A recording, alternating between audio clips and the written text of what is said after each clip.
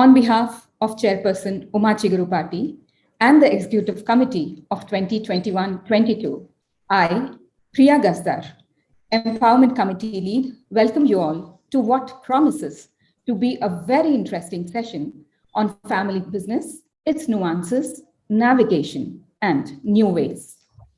A special welcome to business consultant and startup specialist, Avani Patel, our speaker today.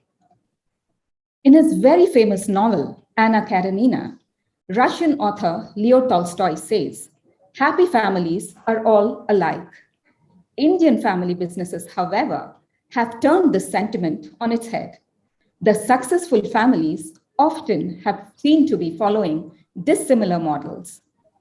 The Ambanis, the Godrejs, the Dalmias, and the Mittals have all elevated the country's economy to new levels, as well as India Inc.'s brand globally. While closer home, Hyderabad's hugely successful Apollo Hospitals and GMR Group have set the gold standard by defining and redefining how family businesses can build growth and resilience. So what gives family-owned organizations this unique edge? How are they weathering the onslaught of new businesses and startups? How do they manage differing views between the older generation and the newer generation? We'll get to hear about all this and more from Avani this evening. But before that, let's take a minute to bow our head to the national flag.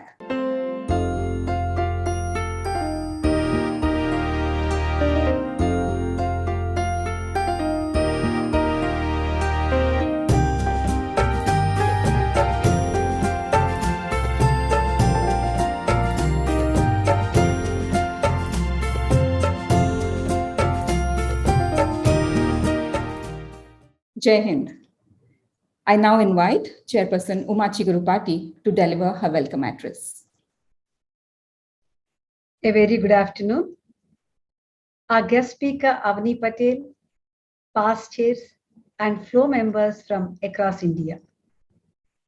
According to Credit Suisse research reports, as well as research conducted by McKinsey and the Boston Consulting Group, there is a growing body of evidence suggesting that over the long term, family-owned operation outperform non-family-owned ones in every sector across the globe, especially during times of recession. Family businesses have to face unique questions about leadership, succession, remuneration, and so on. The elderly has experience, but they should understand that change is needed and inevitable. As part of one, believe me, I know the dilemmas and dynamics quite well.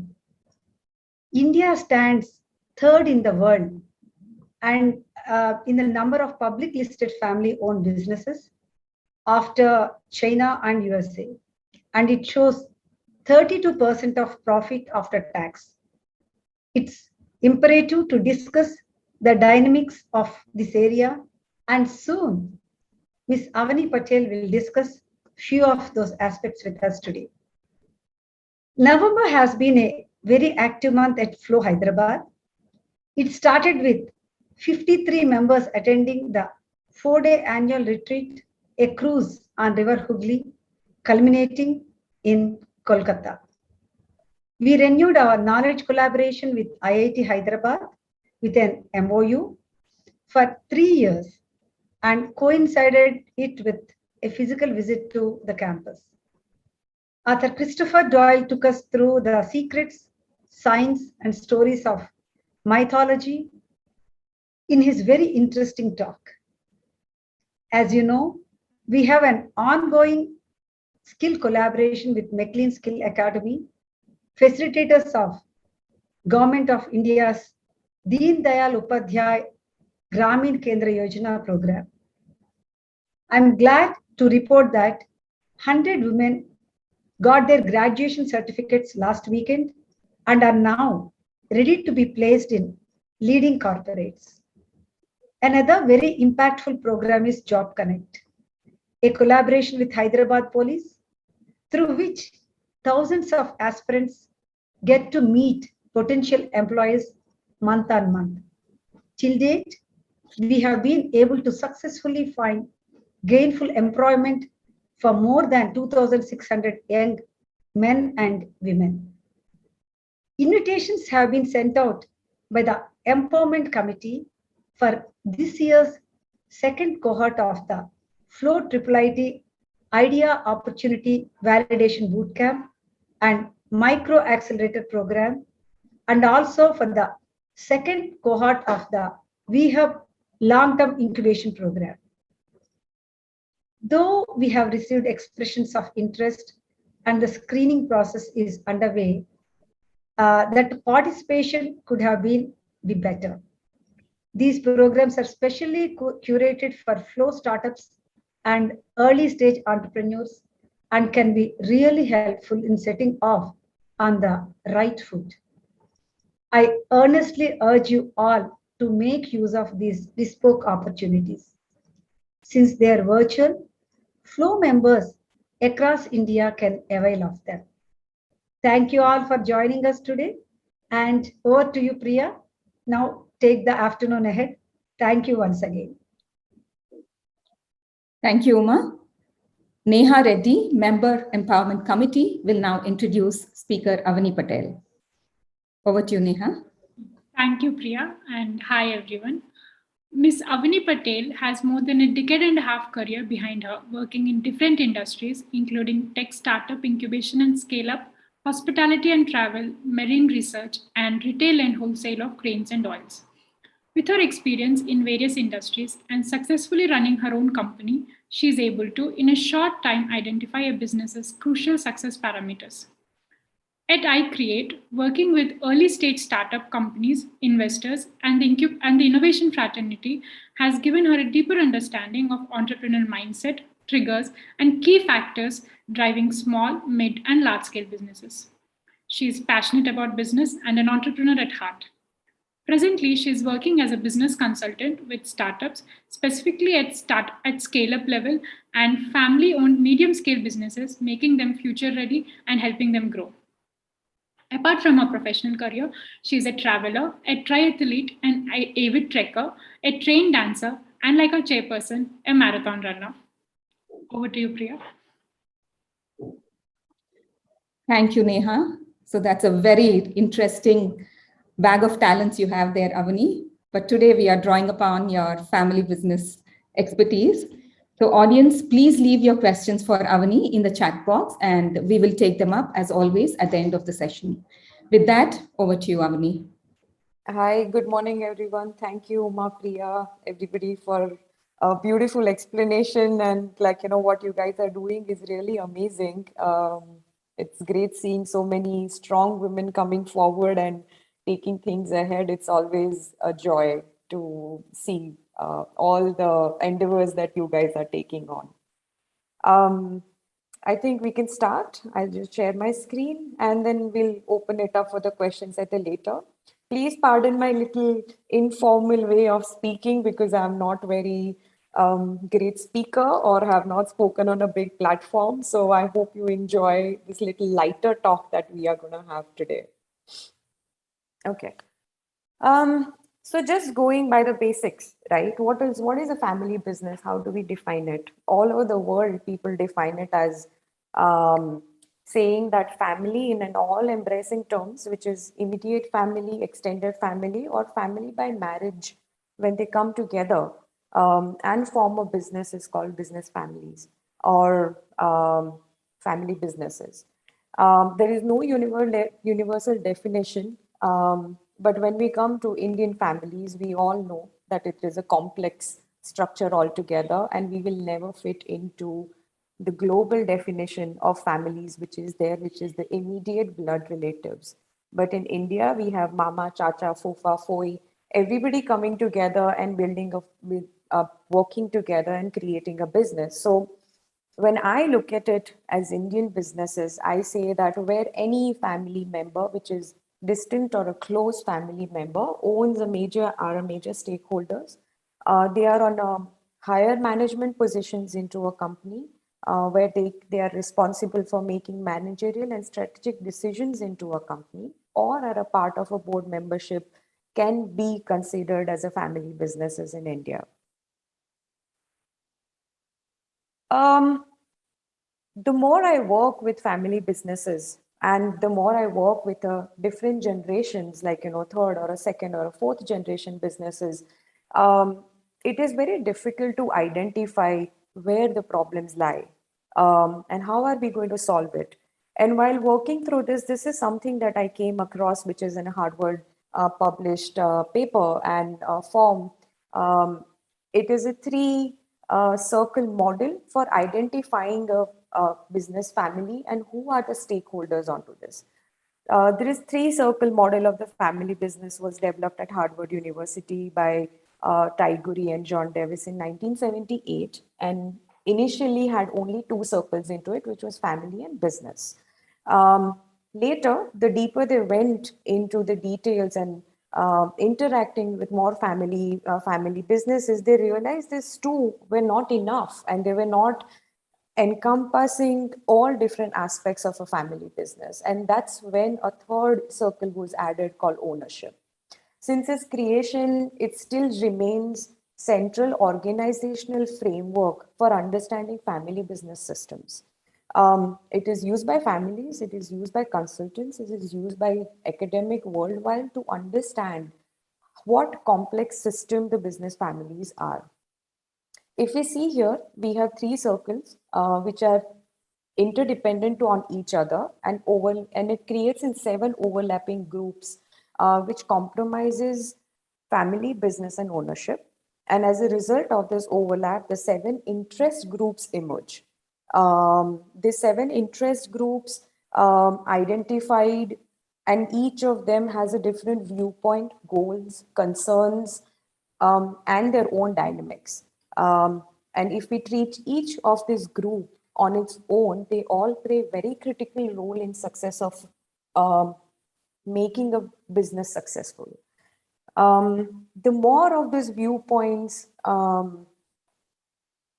like when we get into the details of what each of the 7 groups are, their viewpoints and their importance in business is very important, and any cannot be neglected, and it needs to be integrated into the to set the future direction of the family businesses.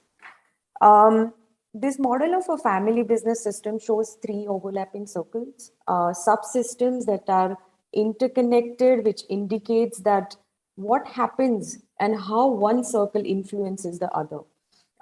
So for an example, let's say we take non-family members who are not part of a running of a day-to-day family business, right? We know that they still have a voting power and they can change how a company can work. An employee who is not a family member but still plays a critical role into running of a business. If he's a family owners, but in the role of an employment into a company, again, there is a completely different dynamics, and that's when the remuneration part of it comes into the questions. So each of this circle and each of the 7 stakeholders who are there, they can either support a business in its own full sense. They can pull down a business. There are reasons for creating conflicts. There are reasons for performance of a business as well. I use this tool very, very often to understand where are the complexities in a family-run business lie. They just don't indicate interdependence, but also helps to diagnose why issues are there and what kind of issues are there and what is there for you to solve on an immediate purpose. And I usually ask all my clients to use the tool themselves to reflect on them. And when I ask my clients to take this assessment themselves, a lot of clarity emerges for the issues that need immediate answers. It makes them think more system oriented rather than working from a personal agenda driven in a business. So for an example, the person that I'm working with right now, one of the client whose family is being taken care by the brother-sister duo right now.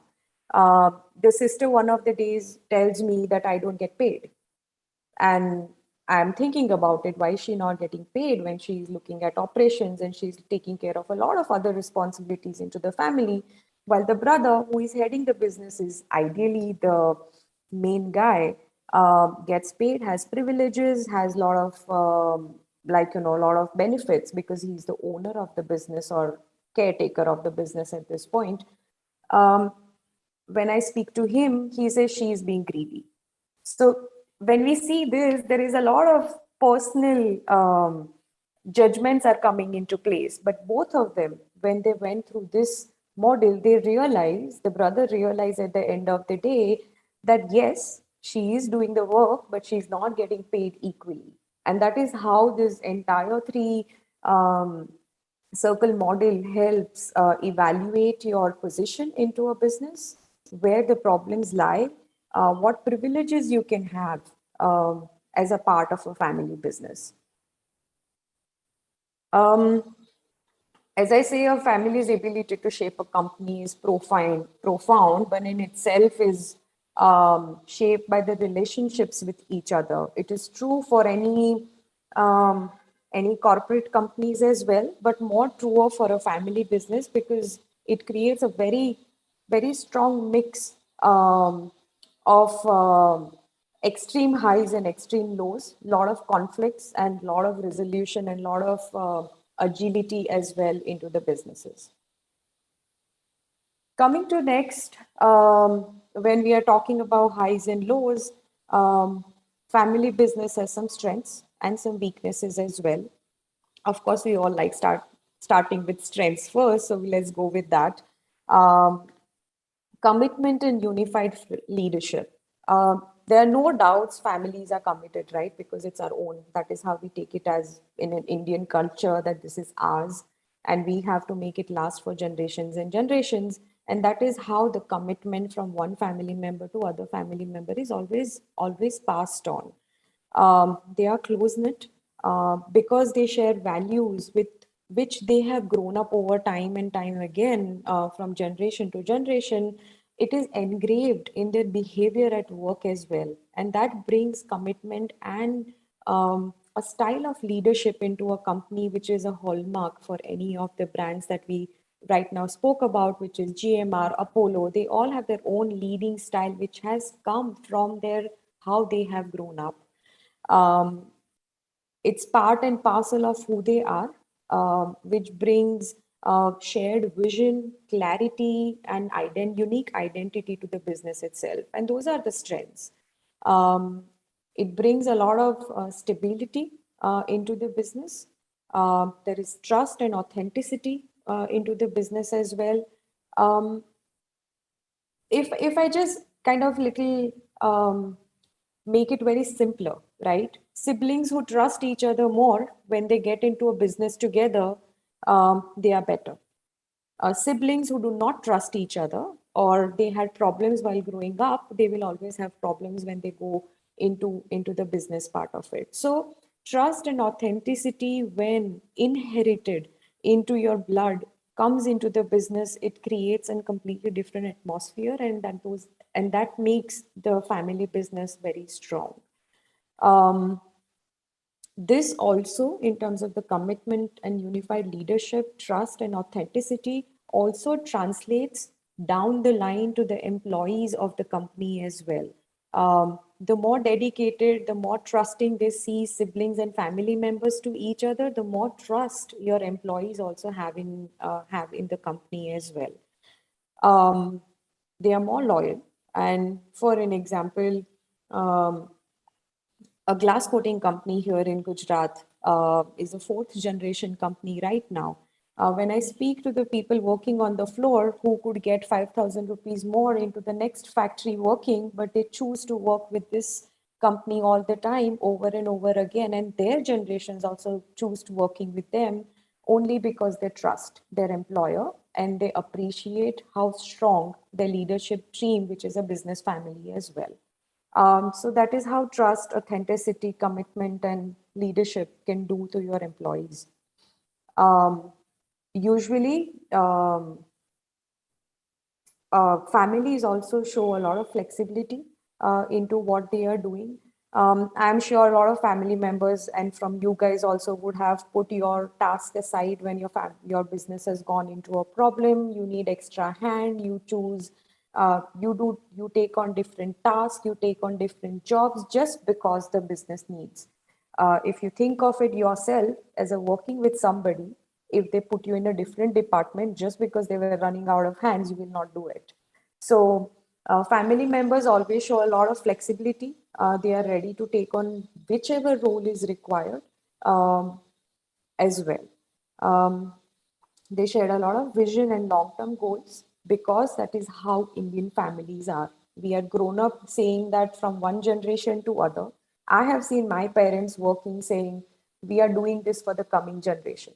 And I'm sure a lot of you must have also seen it. And that brings to a shared vision goal, which are long-term and talking in generationals and not in quarters and monthly goals. Decreased cost and expenditure. When we are talking about this, it's a pros and a cons both as well. That is how I look at it. Um, a lot of us would have let gone our salaries, right? When the family business is going through a problem. If we had a bad year, we would say it's okay, we are not going to take the profit share, but we are going to still pay our employees and still move ahead. How many corporates does that? Very few. If we look at the decreased cost, it is seen more in a family businesses that owners of a family business is ready to take a cut on their profits or on their earning when they are launching a new venture or they are starting a new branch into the startup part of it. And that is where the decreased cost and expenditure comes as well. So these are the kind of examples. Like if I go to the GR group, which is another infrastructure group as well, their idea about the entire decreased cost and expenditure was that not to take on a debt, not to take on a debt and always work on a positive numbers, and that has helped them to have more equity and more liquidity being present in their accounts to keep on moving forward. Now moving on to the real conflicting and real problems that a family businesses face. The previous part was very simple, very easy for us to understand, something that we all agree to and we say, yes, yes, yes, this is good, this is good, this is good. But now comes the more difficult and more emotional aspect of a family business. We as a nature, as a human, like being in groups. We like being loved, we like being cared for, and that is where the concept of family came into the picture. And then when the bloodline, we somehow stick to it. This experience, as nurturing, as good, as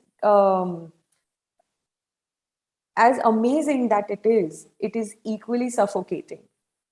We all know from our personal experiences as well that at times it is difficult for us to be ourselves when we are with family, and it can be suffocating. And that gets passed on to the family as family businesses as well. And that brings me to discuss the weaknesses of a family business. First of all, lack of a family interest. Let's say new generation does not want to come into the existing family business. They are not interested in it anymore. And I would speak of my own as an example there, where fourth generation coming into a family and would not want to carry on to the family legacy because it did not interest me. Not from the challenges part of it, but it was something that I have been there, I have done that, and I would want to do something else. And that is where I stepped out from my family business and said, I'm going to do something on my own. completely different branch of work started under it, but a lack of interest into a family business is one of the major reasons that the family businesses do not survive beyond third generation as well, because they have seen a lot of it over and over again. The younger generation not liking the pace at which the businesses are running. If we look at it right now in the today's world, the business models, the business are so dynamic that they are changing very fast, and older generations cannot keep up with that pace, and that disinterests the younger generation or the next gen from being part of the family business as well. Um, Conflict between family members. Now, this is the most sensitive part of it, very difficult to deal.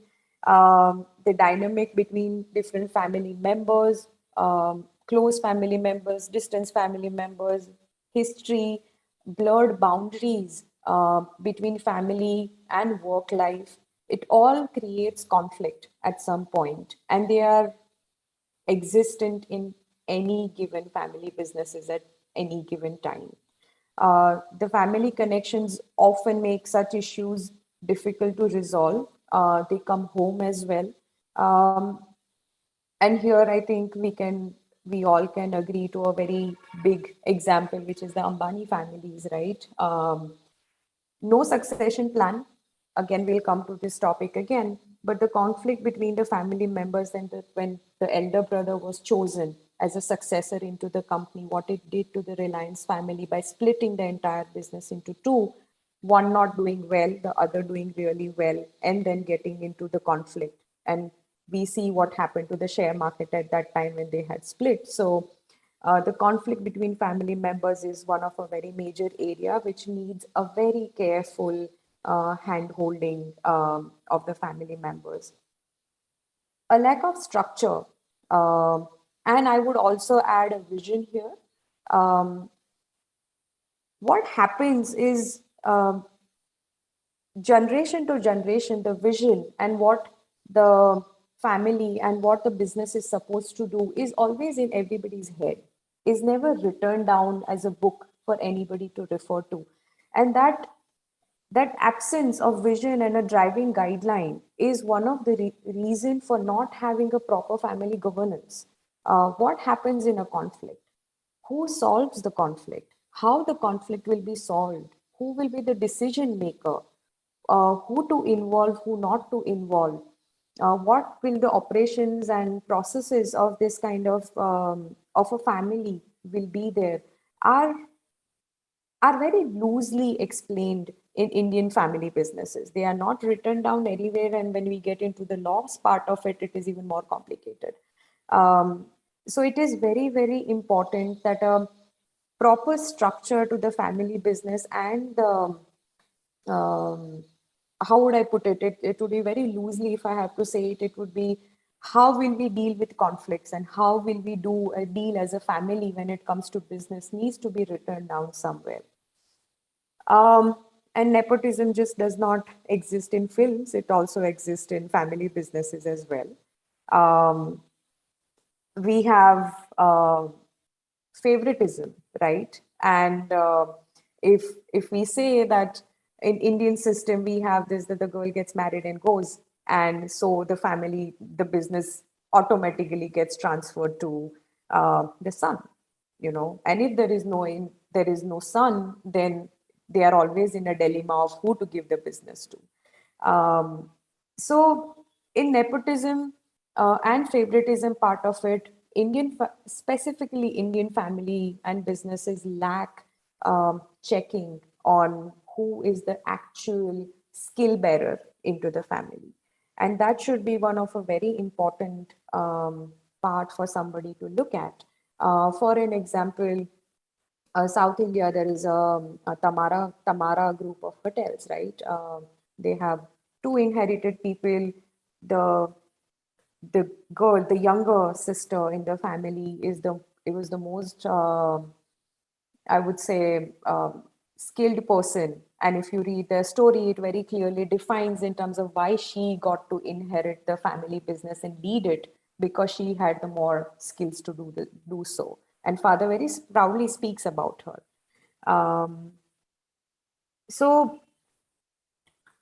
And then it comes to the succession planning part of it, which is one of the most difficult. And in general, it is seen that only 30% of the family-owned businesses survive from the first to second generation.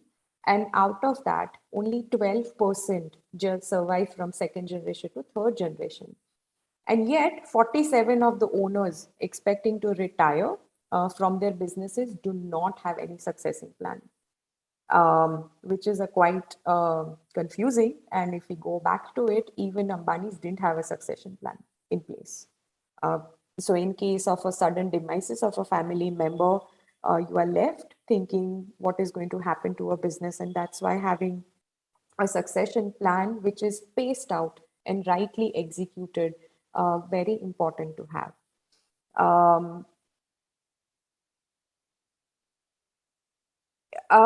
This is a very tricky topic when it comes to the succession planning, right? In terms of how do you do it? How should you take this entire part of a succession planning put it into motion way earlier, because you have no idea what your kids are going to do, what the next generation wants to do. Are they going to take over the business? They are going to move out of the business. They are too early decisions for the next gen to make as well. And that brings another level of complexity. But there are 7 short steps that any family or any family business people can look at is, first of all, make no assumptions that the next generation wants to take over the business. Yes, you can tell them that they are supposed to do it or they would want to do it, but having the freedom for them to carry on with what they want to do is also part of a family. And that's why making no assumptions that they would want to take on to the business. That brings to 2 part of it. What if the younger generation of the family does not want to take on? Who else is supposed to come into my place? What kind of person should be taken into place? Should be well defined by the present leaders of the company. Decide which family members. The second step would be, first define which family members would be the right candidates for leading the business ahead. This decision should not only be based on age or in terms of your bloodline, but it also should be based on the skill level of that person as well, and willingness to carry it forward to the next generation. Skills, temperament, leadership skills, something that should be assessed. I usually suggest all my clients that they should put their kids in different roles and assess them the way they assess their employees, and see where they fit the best. And that is what they should be doing. If there are multiple candidates to take over the family business, each of them should be given a fair shot. Each of them should be given a time to perform and show you who would be the right heir to the family business. As I said, rotate the jobs, assess the performances of your candidates, treat them not as a family members, but as an employee of the company to see where they stand. And at the end of it, clearly communicate the decision of who is going to be there. And further to that, take them through a hand-holding process of transferring a power. Transferring a power is also a very big problem. Sometimes people just become CEOs and leave, but they do not have any idea of values and how the decision making in a company works. So a slow transition passing of the power needs to be done. Family dynamics are sensitive issues. Topics such as succession can be very emotional, which makes them difficult to navigate, and the results can be very, very disappointing to some family members, and again can arise to problems. How do you solve these problems? So, for an example, Apollo, GMR, and even Godrej, they have family councils. Family councils usually sit, nurture family members as well, and when it comes to it, they also help resolve conflicts.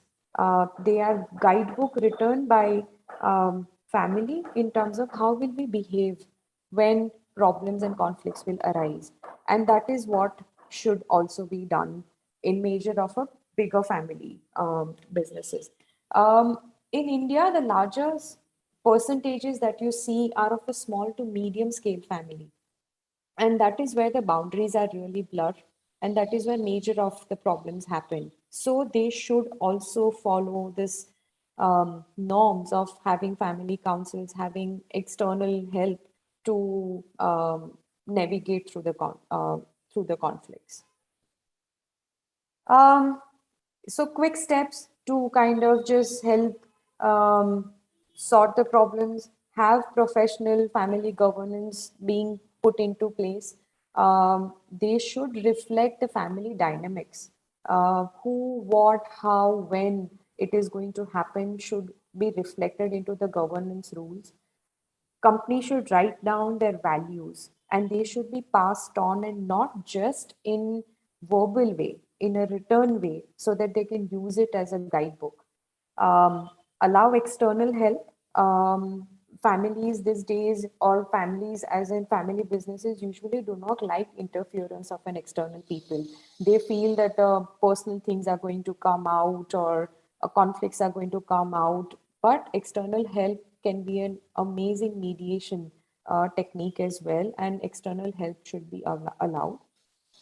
And last not but not the least, as Uma had initially said, uh, the older generation needs to embrace to the change that is going to come. Accept that the times are changing. The younger people are going to run the business differently than they have done, and they should be okay with it. And younger generation should also be open in learning from the past experience of the older generation. And some questions for introspection from what the entire rambling that I have been through. I hope I made some sense.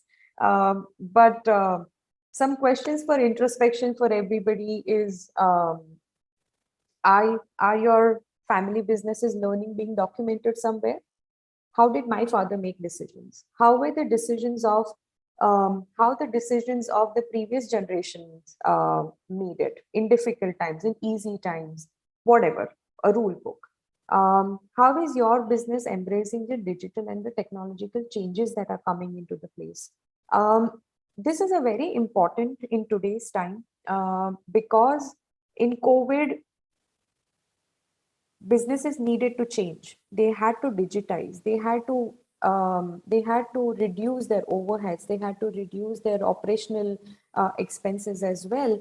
And older generation sometimes is not ready to make these changes, and these changes were required to be very quick. So are you ready for the upcoming world? 2 years down the line, 5 years down the line, are you ready for that or not? Is your business funding rapid growth or not? It is not funding rapid growth. So when we were looking at reduced overheads, right? Do you have enough money to rapidly grow? Because that is what the world is going to demand. Is your business exploration exploring professional is operating professionally or not? Are your structures, processes, everything in place or not? How are you fostering new communication and succession plans? How open are your relationship that it is allowing for this difficult discussions to take place? And do you have a family charter and constitution in place to manage family conflicts? So these are some questions for introspection for anybody to look at and think about when they talk about family businesses. So yes, this is what, in short, a family business strength and weaknesses would be. And I think we can open up for question answers.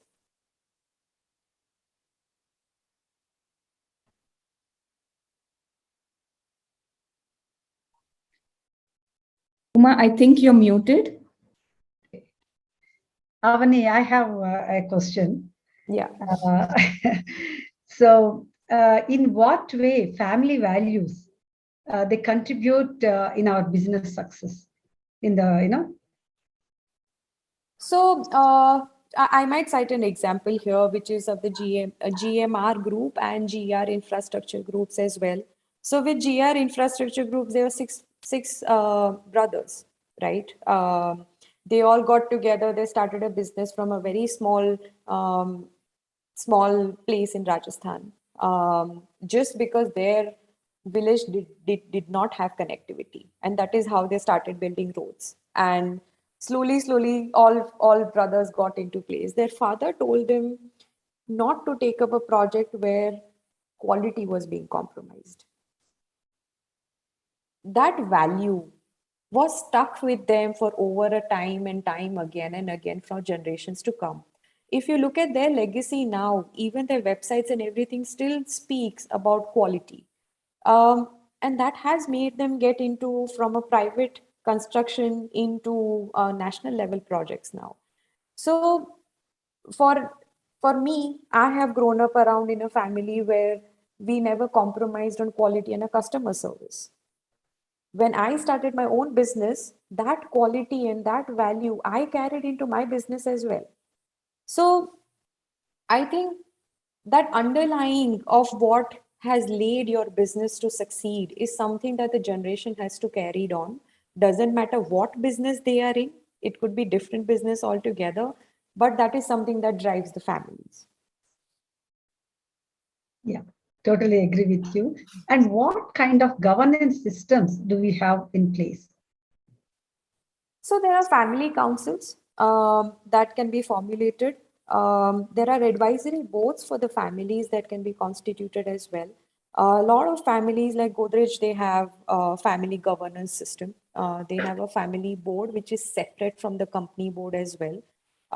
Any member who is 18 plus years with them has to be part of that board as well.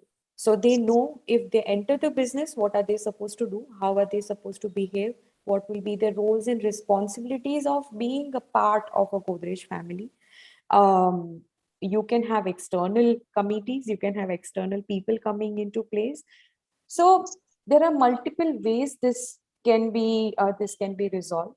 But the foremost important thing in this is the family has to be open to do this, to come onto a table and say, yes, we need to we need to be together, and there will come a time when there will be conflict and a resolution will be required, and that is why we have to do this. Yeah, that willingness is utmost important. Yes. Agree with you. Yeah, I think Priya, you can go ahead with your Q&A session. Thank you. Thank you, Avani, for elaborating the many aspects of running, growing, transitioning, and sustaining a successful family business. We'll now take some questions. Ishita has written, I completely agree with your point about trust and sharing a common value system. What if your family does not share similar core values regarding merit or equity? Do you think that the differences can be bridged, or do you think it's better to move on, in separate ways? Okay. I think if you want to be with a business, if you want to resolve a problem, there is always a solution. That is what I believe in. That is what I said, when the families come together and when the views are different, either one party decides to part away or some compromises are done. You can't always have your way. So if you want to be with the business, you'll have to find some compromise somewhere, as clear as it can be. The values can be added always. It can never be deleted. That is something that we strongly believe in, or something. You can always rewrite your company values. Like GMR Group, Apollo Group went into 3 different rounds of rewriting their values into what can it be, what new they are going to do with each new vertical of the business that they were coming up with. Reddy's also did the same. So you can always rewrite the value. Each and every family member should be part of it, of rewriting practice as well. They are long, tiring exercises that everybody has to do together. But again, as I said, the willingness to make it happen and be there to go through that process has to be there. Neeraja Giri is asking few practical steps for preparing older generation to give up the power that comes with transition to next generation. This is Only quite by- sensitive and tricky. Only by demonstrating that you are capable of doing it. Only by being there day in, day out, making mistakes, learning from it, learning from them, spending time with them, are the only ways that you can do it. We've been hearing a lot. I think we also discussed earlier about family constitution. So Sarita is asking, Sarita Chilkapati, family constitution document is what we are hearing often. When is it the right time to prepare this document? As early as possible. You, if you don't have it in place right now, it should be done very quickly. And it's a legacy which is being passed on, right? So as quickly as possible is a good thing to do it. There is no right or a wrong time, I would say. There is only a very early or a very late time for the same. So what kind of people help us do it, Avani? Lawyers help us. That we need to. Lawyers help us, and at some place, the business consultants are also part of it. The constitutional and the board members will be the part of the same process as well. Okay, so even the family is part of the whole thing. And, Yeah. Yes. So all levels at all generations are part of it? Ideally, yes, they should be. Usually all members above 18 years should be part of it for sure. And there in the family constitution, there is a part which comes later, which says that what will happen to the new generations coming in. So it is more of an hypothetical kind of an part to the constitution as well. Thank you.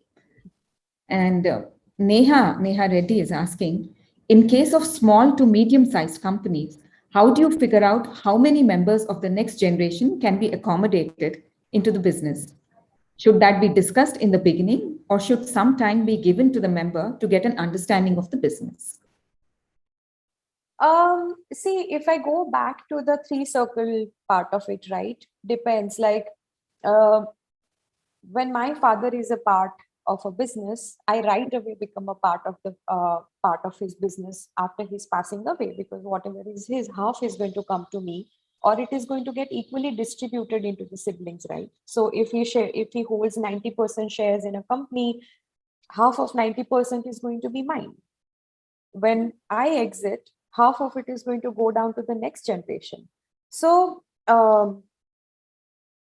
just being by blood connected, you have rights into the family business as well. Not necessary I have to be involved right now, but the moment I get onto the business doing it, you should sort it out. So that needs to be addressed at that point. How many wants to get in, how many does not want to be into the family business is also part and parcel of it. But me being blood connected should be aware, because I'm indirectly part of a family business as well. And that's where the 3-circle model comes into the place, where you see which circle you are sitting in and how much power you have in your family business. Thank you. Sudha Nalaparaju is asking, what challenges do outsiders, be it a CEO or any other executive that you bring in from outside, what challenges do they face when they are recruited into a family business? And how much should the family members be involved with the outsider to help preserve the business values and in parallel accept cultural change?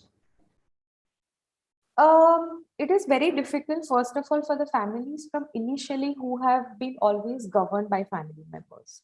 Suddenly, a change of a CEO from outside is a massive shock to culture, to community, even to family members and the employees of the company as well. There are few things that the family should take care, first of all, when they are getting a CEO or any decision maker into the higher management into the company, is do their values align with the person who is coming from outside or not. Is he speaking your language or is he speaking some other language? Is very important. When this problem is solved, I would say almost more than 50% problems are solved, because then you are getting somebody who is very similar like yours. For an outside person, it is very difficult, because at the end of the day, major shareholding still remains with the family and they are still the decision makers into the final voting system that is there. But as per the new governing rules or the new constitutes that you can still have give veto power to CEOs and an external management consultants on your board as well. So it depends how are you forming your or the powers that you are giving to the CEO at the end of the day. So that needs to be discussed between the family members and come to a conclusion.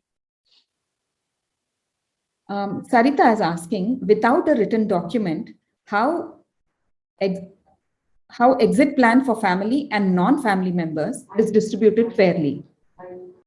As per the governing rules of India. There is nothing. If you don't have anything written, then you have to go by the laws.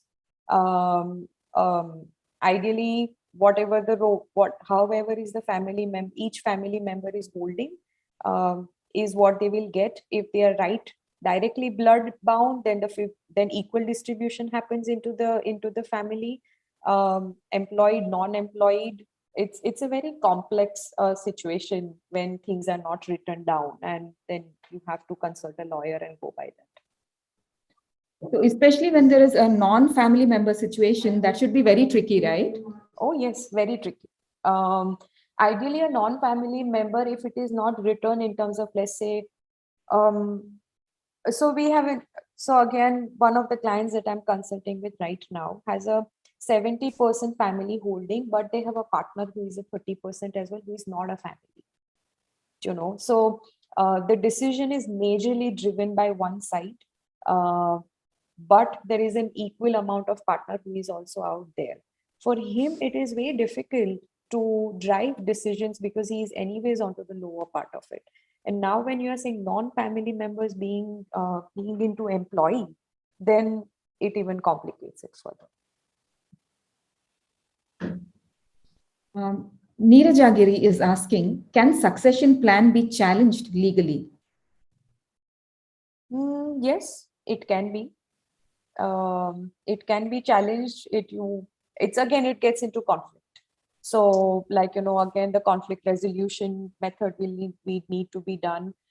Succession plan can be challenged when it is made by not keeping all stakeholders involved in making a succession plan. So then only the conflict will happen.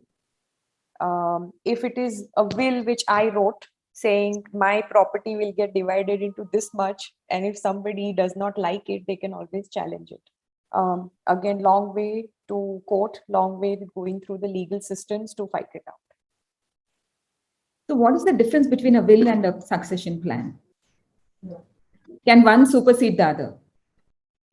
No, ideally not. Will is more about who gets what. At the end of the day, succession plan is more about how will the company in whose hands it is going to go. So they both have very blurred boundaries. They both cross over each other as well.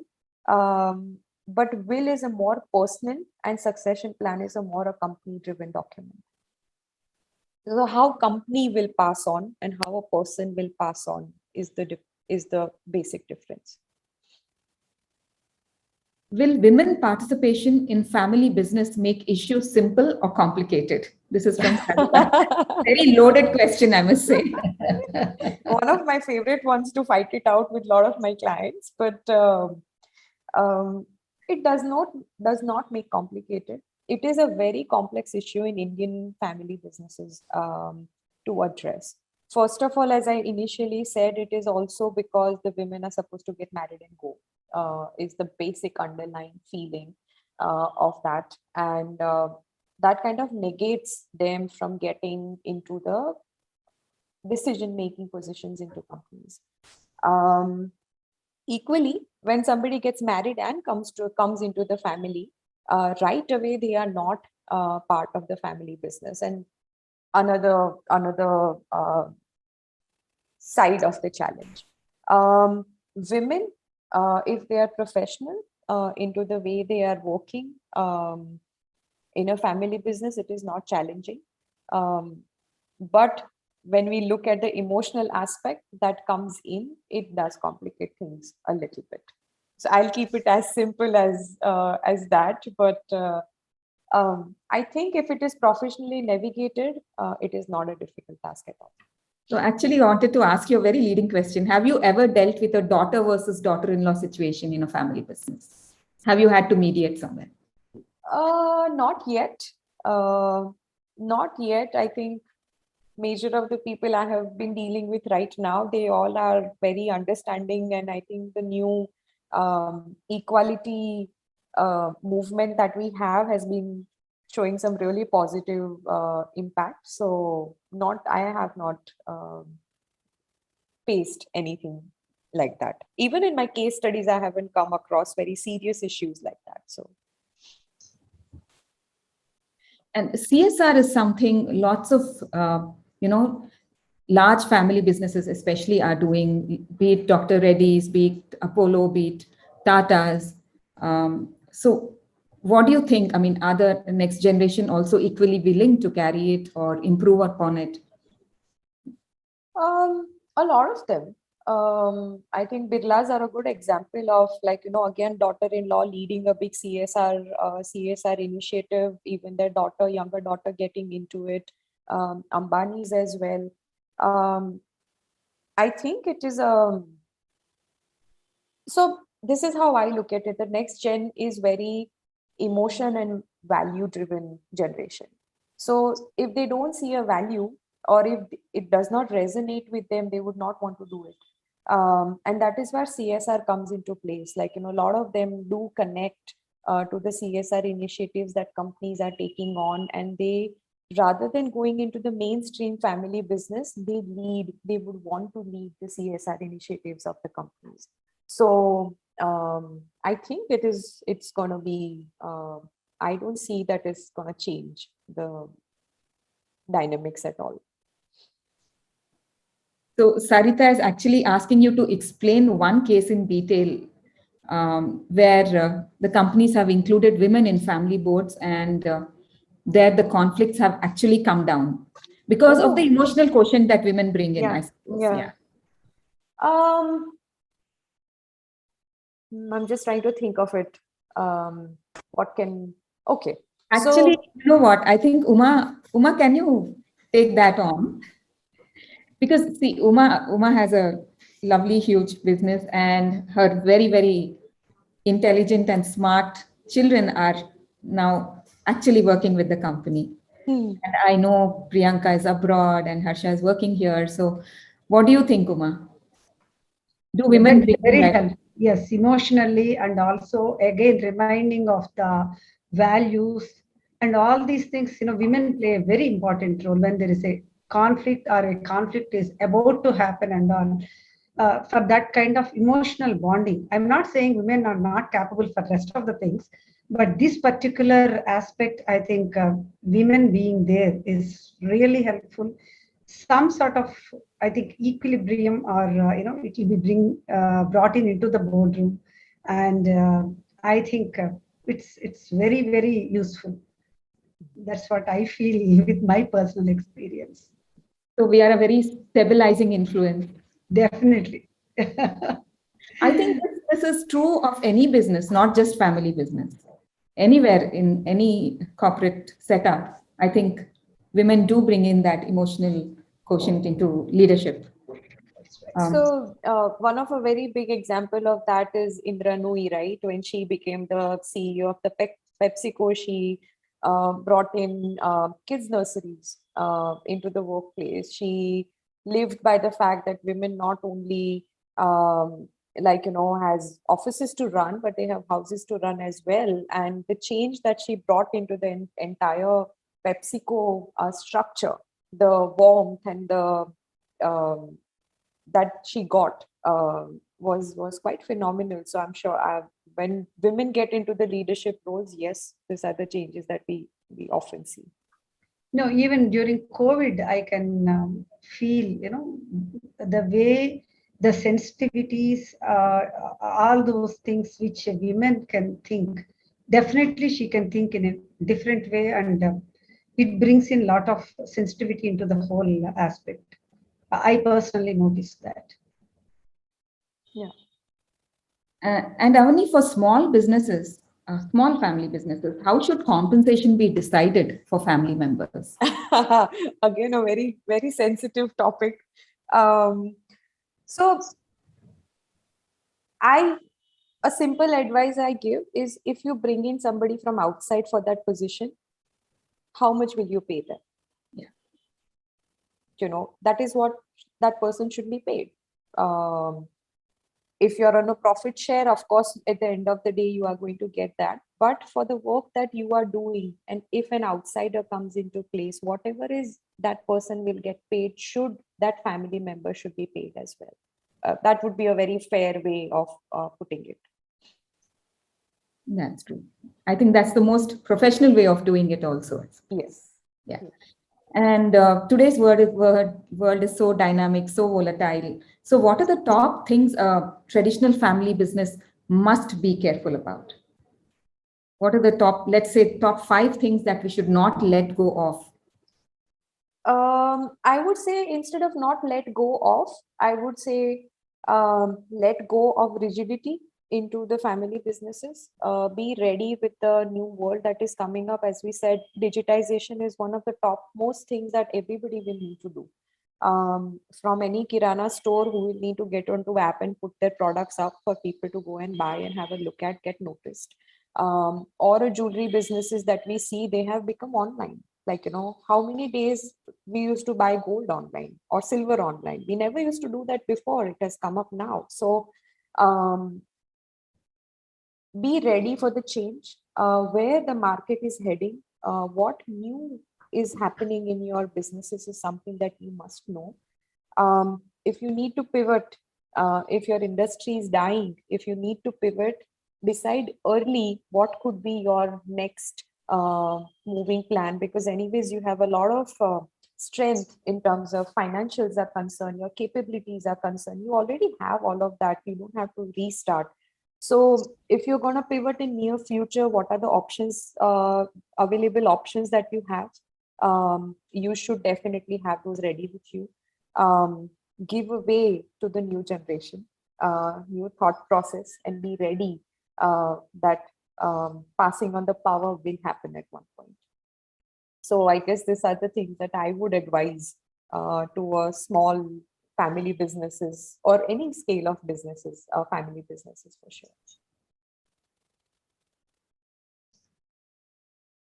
You're on mute, Priya. Mute. Thank you, Avani. And any more questions from ladies? Uma, do you want to say something about the session? Thank you so much, Avani. It's very nice, and if it is a physical session, we would have done some exercises and all, which would have been much more gripping, and you can learn more that way. Yes. By doing some exercises and all. Unfortunately, in a virtual session, only we have to listen instead of participation. But it's wonderful. Thank you so much for accepting our invitation and coming for this session. Thank you. My pleasure. Thank you so much. Thank you. So I will go ahead with the protocol. On behalf of Chairperson Uma Chigurupati and the Executive and Empowerment Committees, I would like to offer a virtual felicitation for Avani Patel.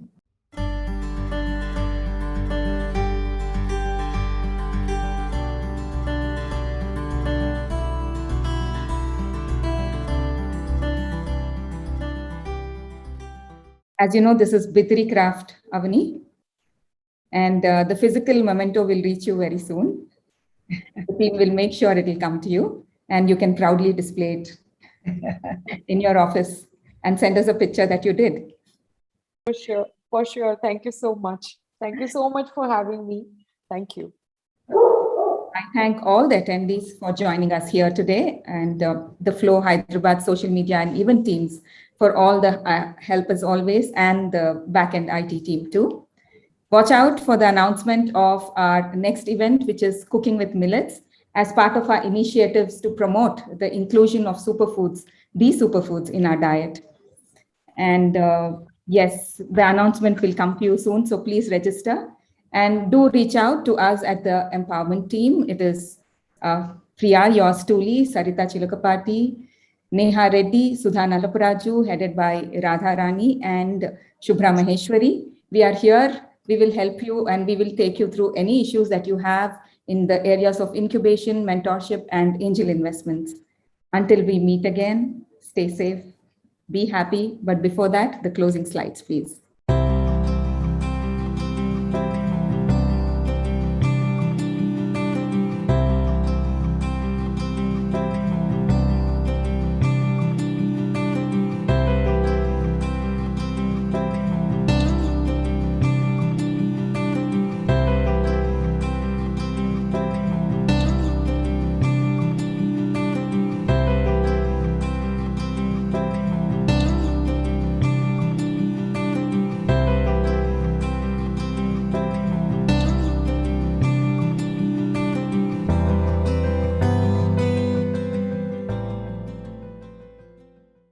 Thank you all once again. See you soon on 17th. Namaste. Thank you, Avani. Thank you, Priya. Thank you, everyone. Thank you very much. Uma.